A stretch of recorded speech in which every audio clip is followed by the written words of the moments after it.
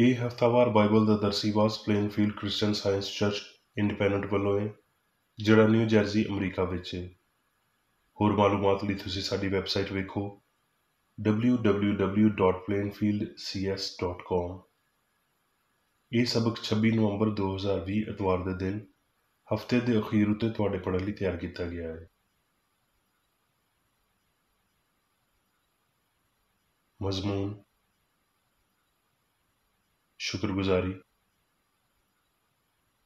ਸੁਨਹਿਰੀ ਮਤਨ, ਜ਼ਬੂਰ।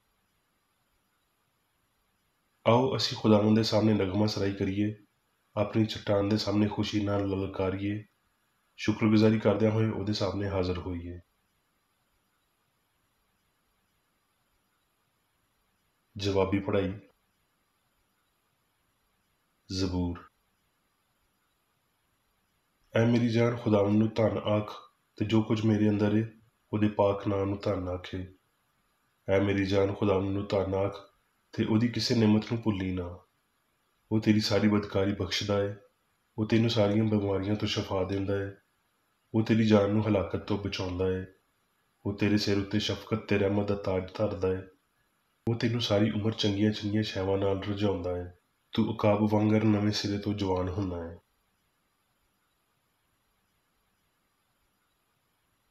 ਦਰਸੀ ਵਾਜ਼ ਬਾਈਬਲ ਵਿੱਚੋਂ। ਜ਼ਬੂਰ।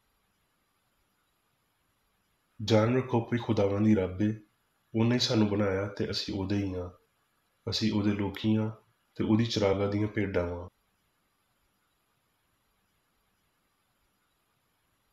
ਜ਼ਬੂਰ। ਐ ਖੁਦਾਵੰਦ ਮੇਰੇ ਰੱਬ, ਜਿਹੜੇ ਅਜੀਬ ਕੰਮ ਤੂੰ ਕੀਤੇ ਨੇ ਤੇ ਤੇਰੇ ਖਿਆਲ ਜਿਹੜੇ ਸਾਡੇ ਵੱਲ ਨੇ ਉਹ ਬਹੁਤ ਸਾਰੇ ਨੇ। ਮੈਂ ਉਹਨਾਂ ਨੂੰ ਤੇਰੇ ਸਾਹਮਣੇ ਤਰਤੀਬ ਨਹੀਂ ਦੇ ਸਕਦਾ। ਜੇ ਮੈਂ ਉਹਨਾਂ ਦਾ ਜ਼ਿਕਰ ਤੇ ਬਿਆਨ ਕਰਨਾ ਚਾਹਾਂ ਤੇ ਉਹ ਗਿਣਤੀ ਤੋਂ ਬਾਹਰ ਨੇ। ਤਵਾਰੀਖ। ਕੁਝ ਲੋਕਾਂ ਨੇ ਆ ਕੇ ਯਹੂਸਫਤ ਨੂੰ ਆ ਕੇ ਸੁਨੇਹਾ ਦਿੱਤਾ ਵੀ ਦਰਿਆ ਦੇ ਪਾਰ ਆਰਾਮ ਵੱਲੋਂ ਇੱਕ ਵੱਡਾ ਜੱਥਾ ਤੇਰੇ ਮੁਕਾਬਲੇ ਲਈ ਆ ਰਿਹਾ ਹੈ। ਤੇ ਯਹੂਸਫਤ ਡਰ ਕੇ ਦਿਲ ਨਾਲ ਖੁਦਾਵੰਦ ਦਾ ਤਾਲਬ ਹੋਇਆ ਤੇ ਸਾਰੇ ਯਹੂਦਾ ਵਿੱਚ ਰੋਜ਼ੇ ਦੀ ਮੁਨਾਦੀ ਕਰਵਾਈ। ਤੇ ਬਨੀ ਯਹੂਦਾ ਖੁਦਾਵੰਦ ਤੋਂ ਮਦਦ ਮੰਗਣ ਨੂੰ ਇਕੱਠੇ ਹੋਏ, ਬਲਕਿ ਯਹੂਦਾ ਦੇ ਸਾਰੇ ਸ਼ਹਿਰਾਂ ਵਿੱਚੋਂ ਖੁਦਾਵੰਦ ਤੋਂ ਮਦਦ ਮੰਗਣ ਨੂੰ ਆਏ।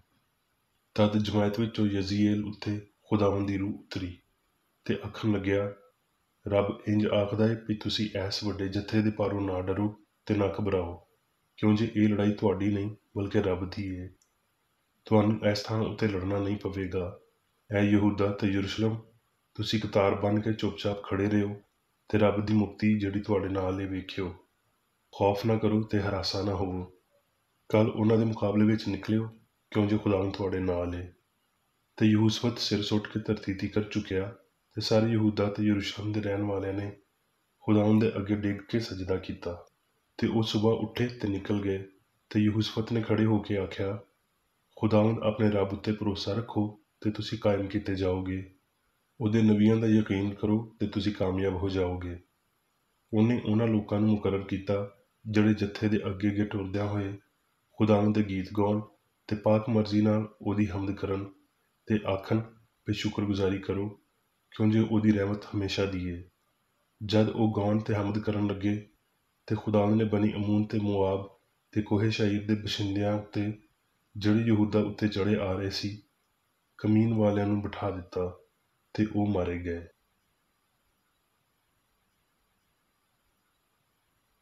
ਜ਼ਬੂਰ। ਧੰਨ ਹੈ ਉਹ ਬੰਦਾ ਜਿਹੜਾ ਖੁਦਾਵੰਦ ਉੱਤੇ ਤਵੱਕਲ ਕਰਦਾ ਹੈ ਤੇ ਮਗਰੂਰਾਂ ਤੇ ਦਰੋਗ ਦੋਸਤਾਂ ਵੱਲ ਮਾਇਲ ਨਹੀਂ ਹੁੰਦਾ।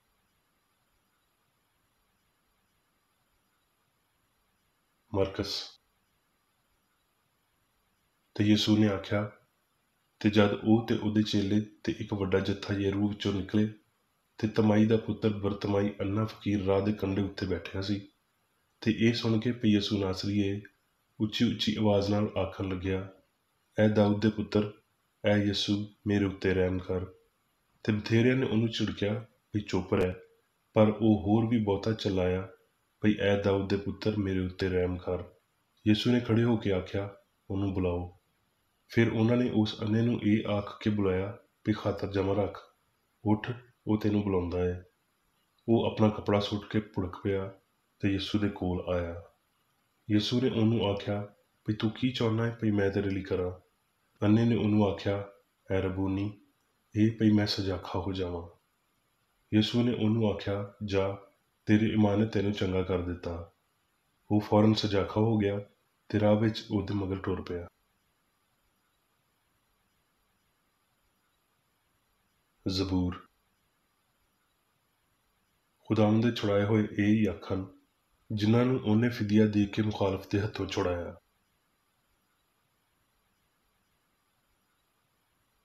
ਯਸਾਇਆ।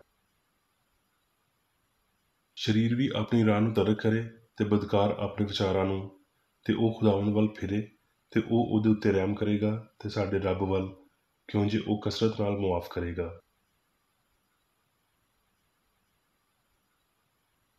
ਜ਼ਬੂਰ। ਇਸ ਲਈ ਵੀ ਉਹਨੇ ਮੇਰੇ ਨਾਲ ਦਿਲ ਲਾਇਆ ਹੈ, ਇਸ ਲਈ ਵੀ ਮੈਂ ਉਹਨੂੰ ਛੁਡਾਵਾਂਗਾ, ਮੈਂ ਉਹਨੂੰ ਸਰਫਰਾਜ਼ ਕਰਾਂਗਾ, ਕਿਉਂ ਜੇ ਉਹਨੇ ਮੇਰਾ ਨਾਂ ਪਛਾਣਿਆ ਹੈ। ਉਹ ਮੈਨੂੰ ਪੁਕਾਰੇਗਾ ਤੇ ਮੈਂ ਉਹਨੂੰ ਜਵਾਬ ਦੇਵਾਂਗਾ। ਮੈਂ ਮੁਸੀਬਤ ਵਿੱਚ ਉਹਦੇ ਨਾਲ ਰਵਾਂਗਾ, ਮੈਂ ਉਹਨੂੰ ਛੁਡਾਵਾਂਗਾ ਤੇ ਇੱਜ਼ਤ ਦੇਵਾਂਗਾ। ਮੈਂ ਉਹਨੂੰ ਲੰਮੀ ਉਮਰ ਦੇ ਨਾਲ ਰਜਾਵਾਂਗਾ ਤੇ ਆਪਣੀ ਮੁਕਤੀ ਉਹਨੂੰ ਵਿਖਾਵਾਂਗਾ।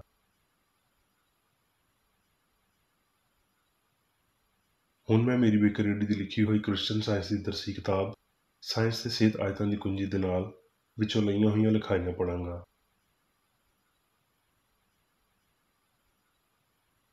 ਸਾਇੰਸ ਤੇ ਸਿਹਤ।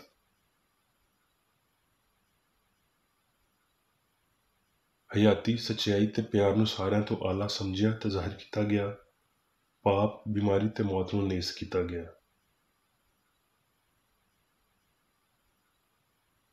ਇਹ ਸਮਝ ਪਈ ਹਯਾਤੀ ਰੱਬ ਰੂਹ ਏ। ਹਯਾਤੀ ਦੀ ਨਾਮੁਕਣ ਵਾਲੀ ਅਸਲੀਅਤ ਉੱਤੇ, ਉਹਦੀ ਕੁਦਰਤ ਤੇ ਲਾਫਾਨੀਅਤ ਉੱਤੇ ਯਕੀਨ ਰੱਖਣ ਨਾਲ ਸਾਡੇ ਦਿਨ ਲੰਮੇ ਕਰਦਾ ਹੈ।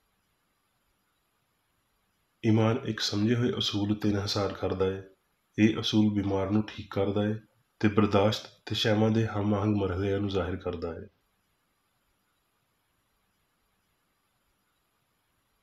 ਕੀ ਅਸੀਂ ਦੁਆ ਕਰਨ ਦਾ ਫਾਇਦਾ ਚੁੱਕਦੇ ਹਾਂ? ਹਾਂਜੀ। ਉਹ ਤਾਂਘ ਜਿਹੜੀ ਰਾਸਤਬਾਜ਼ੀ ਦੀ ਭੁੱਖ ਰੱਖਣਾ ਜਾਰੀ ਰੱਖਦੀ ਏ, ਸਾਡੇ ਪਿਓ ਵੱਲੋਂ ਧੰਨ ਏ, ਤੇ ਇਹ ਸਾਡੇ ਕੋਲ ਖਾਲੀ ਪਰਤ ਕੇ ਨਹੀਂ ਆਉਂਦੀ। ਦੁਆ ਹਸਤੀ ਦੀ ਸਾਇੰਸ ਨੂੰ ਨਹੀਂ ਬਦਲ ਸਕਦੀ, ਪਰ ਇਹ ਸਾਨੂੰ ਇਹਦੇ ਨਾਲ ਹਮ-ਆਹੰਗ ਕਰਨ ਦਾ ਰੁਝਾਨ ਰੱਖਦੀ ਏ, ਭਲਾਈ ਸੱਚਾਈ ਦਾ ਜ਼ਾਹਿਰ ਹਾਸਲ ਕਰਦੀ ਏ। ਰੱਬ ਪਿਆਰ ਏ, ਕੀ ਅਸੀਂ ਇਹਦੇ ਤੋਂ ਬਹੁਤੀ ਉਹਦੇ ਤੋਂ ਉਮੀਦ ਕਰ ਸਕਦੇ ਹਾਂ? ਰੱਬ ਜ਼ਹਾਨਤ ਏ, ਕੀ ਅਸੀਂ ਇਸ ਲਾਮਤਨਾਹੀ ਸਿਆਣ ਨੂੰ ਇਹ ਦੱਸ ਸਕਦੇ ਹਾਂ ਜੋ ਉਹ ਪਹਿਲਾਂ ਤੋਂ ਜਾਣਦਾ ਹੋਵੇ? ਕੀ ਅਸੀਂ ਕਾਮਲੀਅਤ ਨੂੰ ਬਦਲਣ ਦੀ ਉਮੀਦ ਕਰਦੇ ਹਾਂ? ਕੀ ਸਾਨੂੰ ਕਿਸੇ ਫੁਹਾਰੇ ਦੇ ਸਾਹਮਣੇ ਮਿੰਨਤ ਕਰਨੀ ਚਾਹੀਦੀ ਏ ਜਿਹੜਾ ਸਾਡੀ ਉਮੀਦ ਤੋਂ ਬਹੁਤਾ ਪਾਣੀ ਦੇ ਰਿਹਾ ਹੋਵੇ? ਨਾ ਆਖੀ ਹੋਈ ਤਾਂਘ ਸਾਨੂੰ ਸਾਡੀ ਵਜੂਦੀਅਤ ਤੇ ਫਜ਼ਲ ਦੇ ਮੰਬਾ ਦੇ ਹੋਰ ਨੇੜੇ ਲੈ ਜਾਂਦੀ ਏ। ਅਲੂਹੀਅਤ ਦੇ ਬਾਰੇ ਸਾਡੇ ਨਜ਼ਰੀਆਤ ਕਿੰਨੇ ਖੋਖਲੇ ਨੇ। ਅਸੀਂ ਨਜ਼ਰੀਆਤੀ ਤੌਰ ਤੇ ਇਹ ਮੰਨਦੇ ਹਾਂ ਵੀ ਰੱਬ ਭਲਾ, ਕਾਦਰ ਮੁਤਲਿਕ, ਹਰ ਥਾਂ ਤੇ ਮੌਜੂਦ ਤੇ ਲਾਮਹਿਦੂਦ ਏ, ਤੇ ਫਿਰ ਅਸੀਂ ਇਸ ਲਾਮਤਨਾਹੀ ਸਿਆਣ ਨੂੰ ਮਾਲੂਮਾਤ ਦੇਣ ਦੀ ਕੋਸ਼ਿਸ਼ ਕਰਦੇ ਹਾਂ। ਅਸੀਂ ਨਾ ਹੱਕ ਮੁਆਫੀ ਲਈ ਤੇ ਭਲਾਈਆਂ ਦੇ ਇੱਕ ਆਜ਼ਾਦ ਬਹਾਵ ਲਈ ਦਰਖਾਸਤ ਕਰਦੇ ਹਾਂ। ਜਿਹੜੀ ਭਲਾਈ ਅਸੀਂ ਪਹਿਲਾਂ ਹੀ ਹਾਸਲ ਕਰ ਚੁੱਕੇ ਹਾਂ, ਕੀ ਅਸੀਂ ਵਾਕਿਆ ਹੀ ਉਹਦੇ ਲਈ ਸ਼ੁਕਰਗੁਜ਼ਾਰ ਹਾਂ? ਫਿਰ ਅਸੀਂ ਆਪਣੇ ਆਪ ਨੂੰ ਉਹਨਾਂ ਬਰਕਤਾਂ ਲਈ ਦਸਤਿਆਬ ਕਰਾਂਗੇ ਤੇ ਇੰਜ ਹੋਰ ਪਾਉਣ ਦੇ ਹੱਕਦਾਰ ਠਹਿਰਾਂਗੇ। ਸ਼ੁਕਰਗੁਜ਼ਾਰੀ, ਸ਼ੁਕਰੀਆ ਅਦਾ ਕਰਨ ਦੇ ਲਫ਼ਜ਼ੀ ਇਜ਼ਹਾਰ ਦੀ ਨਿਸਬਤ ਬਹੁਤੀ ਅਹਿਮੀਅਤ ਦੀ ਹਾਮਲ ਹੈ। ਲਫ਼ਜ਼ਾਂ ਦੀ ਬਜਾਏ ਅਮਲ ਬਹੁਤੀ ਸ਼ੁਕਰਗੁਜ਼ਾਰੀ ਨੂੰ ਜ਼ਾਹਿਰ ਕਰਦਾ ਹੈ। ਜੇ ਅਸੀਂ ਹਯਾਤੀ, ਹੱਕ ਤੇ ਮੁਹੱਬਤ ਲਈ ਨਾ ਸ਼ੁਕਰਗੁਜ਼ਾਰ ਹਾਂ ਤੇ ਫਿਰ ਸਾਰੀਆਂ ਨਿਯਮਤਾਂ ਲਈ ਰੱਬ ਦਾ ਸ਼ੁਕਰ ਕਰਦੇ ਹਾਂ ਤੇ ਅਸੀਂ ਮੁਨਾਫਕ ਤੇ ਉਸ ਸ਼ਦੀਦ ਮੁਲਾਮਤ ਨੂੰ ਆਪਣੇ ਉੱਤੇ ਲੈਂਦੇ ਹਾਂ ਜਿਹੜੀ ਮਾਲਕ ਰਿਆਕਾਰਾਂ ਲਈ ਬਿਆਨ ਕਰਦਾ ਹੈ। ਅਜਿਹੀ ਸੂਰਤ ਵਿੱਚ ਸਿਰਫ ਇੱਕ ਦੁਆ ਹੀ ਕਾਬਲੇ ਕਬੂਲ ਹੈ ਭਈ ਆਪਣੇ ਬੁੱਲ੍ਹਾਂ ਉੱਤੇ ਉਂਗਲੀ ਰੱਖ ਕੇ ਸਾਡੀਆਂ ਨਿਯਮਤਾਂ ਨੂੰ ਯਾਦ ਕੀਤਾ ਜਾਵੇ। ਜਦੋਂ ਦਿਲ ਇਲਾਹੀ ਸੱਚਾਈ ਤੇ ਮੁਹੱਬਤ ਤੋਂ ਕੋਸੋਂ ਦੂਰ ਹੋਵੇ ਤੇ ਅਸੀਂ ਵੀਰਾਨ ਹਯਾਤੀਆਂ ਦੀ ਨਾਸ਼ੁਕਰੀ ਨੂੰ ਲੁਕੋ ਨਹੀਂ ਸਕਦੇ।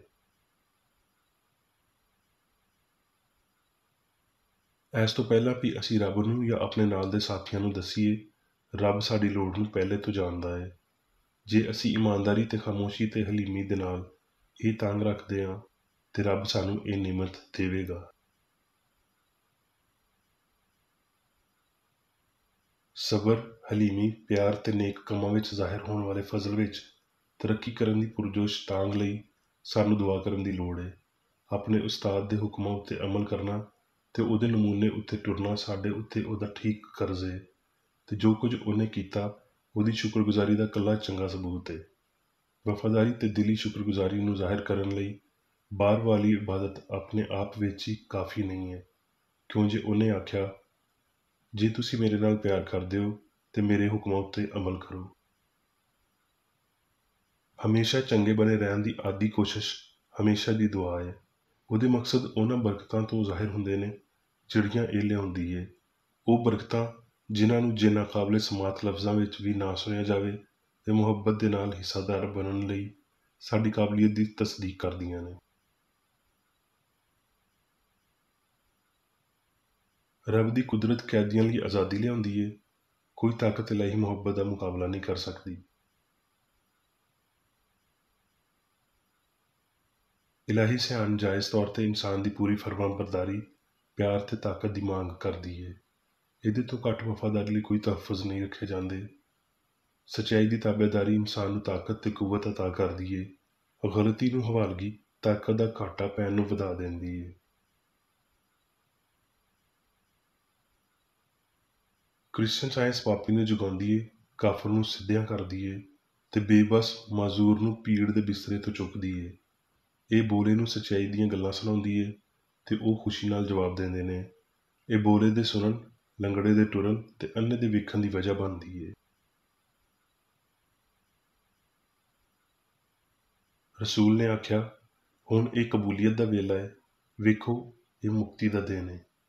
ਮਤਲਬ ਇਹ ਬਿਲਕੁਲ ਨਹੀਂ ਭਈ ਹੁਣ ਇਨਸਾਨ ਨੂੰ ਮੁਸਤਕਬਲ ਦੀ ਜੱਗ ਦੀ ਮੁਕਤੀ ਜਾਂ ਹਿਫਾਜ਼ਤ ਲਈ ਤਿਆਰੀ ਕਰਨੀ ਚਾਹੀਦੀ ਹੈ, ਬਲਕਿ ਇਹ ਭਈ ਹੁਣ ਇਸ ਮੁਕਤੀ ਦਾ ਰੂਹ ਤੇ ਹਯਾਤੀ ਵਿੱਚ ਤਜਰਬਾ ਕਰਨ ਦਾ ਵੇਲਾ ਹੈ। ਹੁਣ ਵੇਲਾ ਹੈ ਨਾਮ ਨਿਹਾਦ ਮਾਦੀ ਤਕਲੀਫਾਂ ਤੇ ਮਾਦੀ ਖੁਸ਼ੀਆਂ ਨੂੰ ਤਰਕ ਕਰਨ ਦਾ, ਕਿਉਂ ਜੇ ਦੋਵੇਂ ਗੈਰ ਅਸਲੀ ਨੇ, ਇਸ ਲਈ ਵੀ ਦੋਵੇਂ ਸਾਇੰਸ ਵਿੱਚ ਨਾਮੁਮਕਿਨ ਨੇ। ਇਸ ਧਰਤੀ ਦੇ ਜਾਦੂ ਨੂੰ ਮੁਕਾਉਣ ਲਈ ਬਸ਼ਰ ਨੂੰ ਉਹ ਸਭ ਦੇ ਅਸਲੀ ਤਸੱਵੁਰ ਤੇ ਇਲਾਹੀ ਅਸੂਲ ਨੂੰ ਸਮਝਣਾ ਚਾਹੀਦਾ ਹੈ ਜਿਹੜਾ ਹਮਾਹੰਗੀ ਦੇ ਨਾਲ ਸੰਸਾਰ ਵਿੱਚ ਵਜੂਦ ਰੱਖਦਾ ਹੈ ਤੇ ਉਹਦੇ ਉੱਤੇ ਹੁਕਮਰਾਨੀ ਕਰਦਾ ਹੈ। ਰੂਹ ਤੇ ਉਹਦੀਆਂ ਇਸਲਾਹਾਂ ਹਸਤੀ ਦੀਆਂ ਕੱਲੀਆਂ ਹਕੀਕਤਾਂ ਨੇ। ਜਦੋਂ ਅਸੀਂ ਮਸੀਹ ਸਾਇੰਸ ਵਿੱਚ ਰਾਹ ਜਾਣਦੇ ਹਾਂ ਤੇ ਇਨਸਾਨ ਦੀ ਰੂਹਾਨੀ ਹਸਤੀ ਨੂੰ ਪਛਾਣਦੇ ਹਾਂ, ਅਸੀਂ ਰੱਬ ਦੀ ਤਖਲੀਕ ਨੂੰ ਸਮਝਾਂ ਤੇ ਵੇਖਾਂਗੇ। ਸਾਰਾ ਜਲਾਲ ਧਰਤੀ ਤੇ ਅਸਮਾਨ ਤੇ ਇਨਸਾਨ ਲਈ।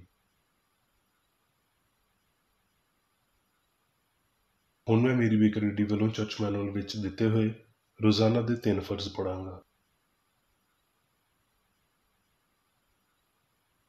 ਰੋਜ਼ਾਨਾ ਦੀ ਦੁਆ।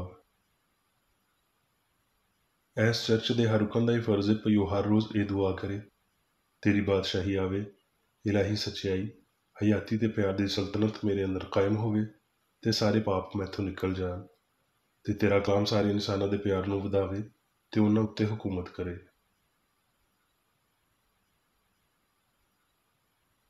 ਮਕਸਦਾਂ ਤੇ ਕੰਮਾਂ ਦਾ ਇੱਕ ਅਸੂਲ। ਨਾ ਕੋਈ ਮੁਖਾਲਫਤ ਤੇ ਨਾ ਕੋਈ ਜ਼ਾਤੀ ਤਾਲੁਕ। ਮਾਦਰੀ ਚਰਚ ਦੇ ਕਿਸੇ ਰੁਕਨ ਦੇ ਮਕਸਦਾਂ ਜਾਂ ਕੰਮਾਂ ਉੱਤੇ ਅਸਰ ਕਰਨੇ ਚਾਹੀਦੇ। ਸਾਇੰਸ ਵਿੱਚ ਬਸ ਇਲਾਹੀ ਪਿਆਰ ਹੀ ਹੁਕੂਮਤ ਕਰਦਾ ਹੈ ਤੇ ਇੱਕ ਮਸੀਹੀ ਸਾਇੰਸਦਾਨ ਪਾਪ ਨੂੰ ਰੱਦ ਕਰਦਿਆਂ ਹੋਏ ਸੁੱਚੀ ਭਰਾਬੰਦੀ, ਖੈਰਾਤ ਪਸੰਦੀ ਤੇ ਮਾਫੀ ਨਾਲ ਪਿਆਰ ਦੀਆਂ ਮਿੱਠੀਆਂ ਸੱਚਾਈਆਂ ਦਾ ਪਰਛਾਵਾਂ ਬਣਦਾ ਹੈ। ਇਸ ਚਰਚ ਦੇ ਸਾਰੇ ਰੁਕਨਾਂ ਨੂੰ ਸਾਰੇ ਪਾਪਾਂ ਤੋਂ, ਗਲਤ ਤਰ੍ਹਾਂ ਦੀਆਂ ਪੇਸ਼ਨਗੋਈਆਂ, ਮੁਨਸਫੀਆਂ, ਮੁਜ਼ੰਮਤਾਂ, ਸਲਾਹਾਂ, ਗਲਤ ਅਸਰਾਂ ਨੂੰ ਲੈਣ ਤੇ ਗਲਤ ਅਸਰ ਦੇਣ ਤੋਂ ਆਜ਼ਾਦ ਰਹਿਣ ਲਈ ਹਰ ਰੋਜ਼ ਖਿਆਲ ਰੱਖਣਾ ਚਾਹੀਦਾ ਹੈ ਤੇ ਦੁਆ ਕਰਨੀ ਚਾਹੀਦੀ ਹੈ।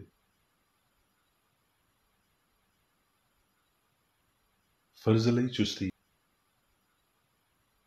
ਇਸ ਚਰਚ ਦੇ ਹਰ ਰੁਕਨ ਦਾ ਇਹ ਫਰਜ਼ ਹੈ ਕਿ ਉਹ ਹਰ ਰੋਜ਼ ਜਾਰਹਾਨਾ ਜ਼ੀਨੀ ਇਸਲਾਮਾਂ ਦੇ ਖਿਲਾਫ ਆਪਣੇ ਆਪ ਨੂੰ ਤਿਆਰ ਰੱਖੇ ਤੇ ਰੱਬ, ਆਪਣੇ ਕਾਇਦ ਤੇ ਇਨਸਾਨਾਂ ਲਈ ਆਪਣੇ ਫਰਜ਼ਾਂ ਨੂੰ ਨਾ ਕਦੀ ਭੁੱਲੇ ਤੇ ਨਾ ਕਦੀ ਨਜ਼ਰਅੰਦਾਜ਼ ਕਰੇ। ਉਹਦੇ ਕੰਮਾਂ ਦੇ ਰਾਹੀਂ ਉਹਦਾ ਇਨਸਾਫ ਹੋਵੇਗਾ, ਉਹ ਬੇਕਸੂਰ ਜਾਂ ਕਸੂਰਵਾਰ ਹੋਵੇਗਾ।